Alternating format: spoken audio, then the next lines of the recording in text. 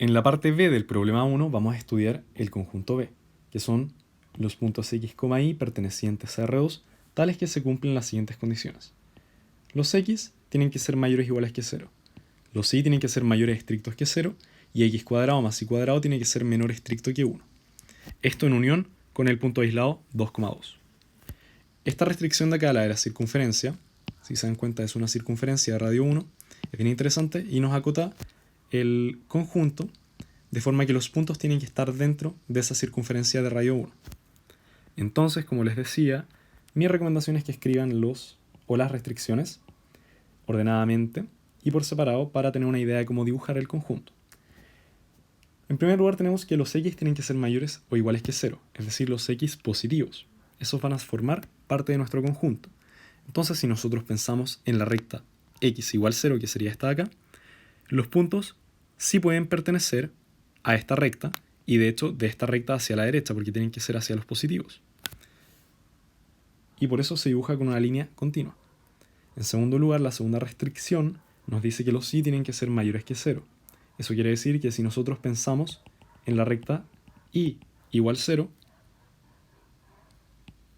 ahí sí, y igual 0, los puntos del conjunto no pueden pertenecer a esa recta, ya que la desigualdad es estricta, y por eso se dibuja con una línea discontinua, y los puntos del conjunto pertenecen desde aquí hacia arriba. Y por la derecha estamos limitados con esta restricción, ya que nos dice que el x cuadrado más y cuadrado tienen que ser menores estrictos que 1. Y eso sería lo mismo que decir que los puntos del conjunto están dentro de la circunferencia de radio 1. También no nos podemos olvidar de dibujar en el conjunto el punto aislado 2,2, ya que a pesar de no estar con el set de puntos, sigue siendo parte del conjunto y es un punto aislado. El interior del conjunto quedaría como interior de B es igual a los puntos x, y pertenecientes a R2, tales que los x son mayores estrictos que 0, es decir, donde antes había un borde continuo considerado en el conjunto original, ahora ya no está, porque no se consideran los bordes y tampoco se consideran los puntos aislados. De esta manera quedaría x mayor estricto que 0, y mayor estricto que 0, y x cuadrado más y cuadrado menor estricto que 1. De esta forma, no estaríamos considerando los bordes ni los puntos aislados en el interior. Estaríamos solo considerando, tal como lo indica su nombre, el interior del conjunto.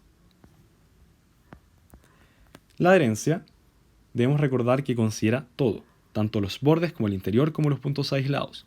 De esta manera es fácil escribir que la adherencia serían los puntos x, y pertenecientes a R2, tales que los x son mayores o iguales que 0, ya que sí se considera este borde.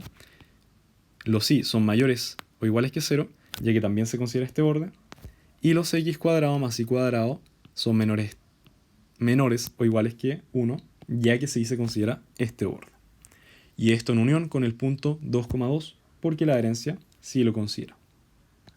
Finalmente, con respecto a la frontera, aquí quizás se pone un poco más interesante, ya que tenemos varios bordes y tenemos que recordar que la circunferencia o la restricción asociada a la circunferencia de radio 1 hace que intersecten justo en 1 y en 1 en el eje X y en el eje Y.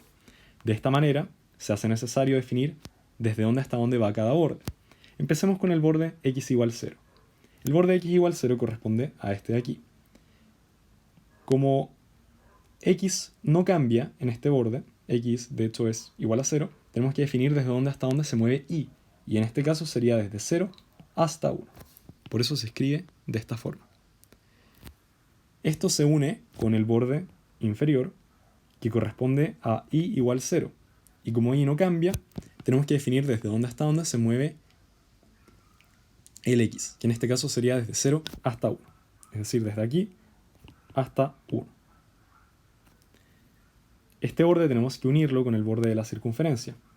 Y en este caso, como está implícito o cambian ambos, o pueden cambiar ambos, se tiene que definir desde dónde hasta dónde se mueve cada uno. Que en este caso, X iría desde 0 hasta 1, e Y también iría desde 0 hasta 1. Finalmente también tenemos que considerar en la frontera nuestro punto aislado. no podemos dejarlo fuera. Y simplemente también se pone unión 2,2. Y todo esto en un gran corcheto. Y esa es la frontera. Entonces, ¿cuál es la conclusión?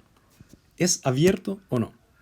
Tenemos que ocupar este teorema, ya que es la manera más fácil de verlo, y ver o verificar que B va a ser abierto sí y solo sí, si es que el interior es igual a B. Y esto lo podemos ver casi que gráficamente, pero también es importante que analicemos la parte matemática.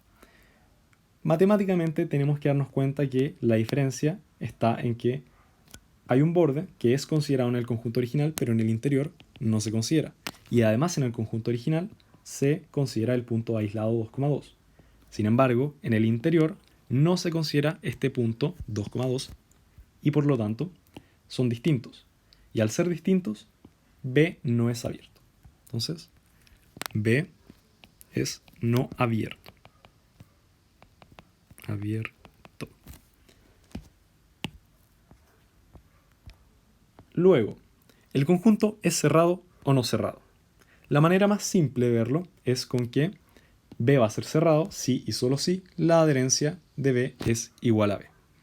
Y también esto podemos verlo casi que gráficamente, pero matemáticamente tenemos que darnos cuenta que pareciera ser que son iguales, sin embargo la diferencia está en las desigualdades. Y esto me refiero a que tengan mucho cuidado siempre con darse cuenta si son mayores o iguales o desigualdades estrictas. Entonces en este caso tenemos que pensar que en el conjunto original hay bordes que no están siendo considerados, que son con línea discontinua. Sin embargo la adherencia sí los considera. Por lo tanto, no son iguales la adherencia con el conjunto original y por lo tanto el conjunto B es no cerrado. Entonces no es abierto, no es cerrado. Finalmente, en tercer lugar, vamos a ver si es acotado o no. Y va a ser acotado si es que existe algún radio mayor que 0 para alguna bola que pueda contener a este conjunto B. Aquí le puse la B de bola un poco distinta para que se distinga. Y podemos darnos cuenta que una bola centrada en el origen, con un radio muy grande, por ejemplo 1.000.000, puede contener perfectamente al conjunto. Ahí pongámosle 1.000.000. Bueno. De esta manera sería acotado. Si es acotado. Finalmente, ahora sí, vamos a verificar si es compacto o no. Y la manera más fácil de verlo es que se cumplan estas dos condiciones. Si es acotado, sin embargo, no es cerrado. Por lo tanto, no es compacto.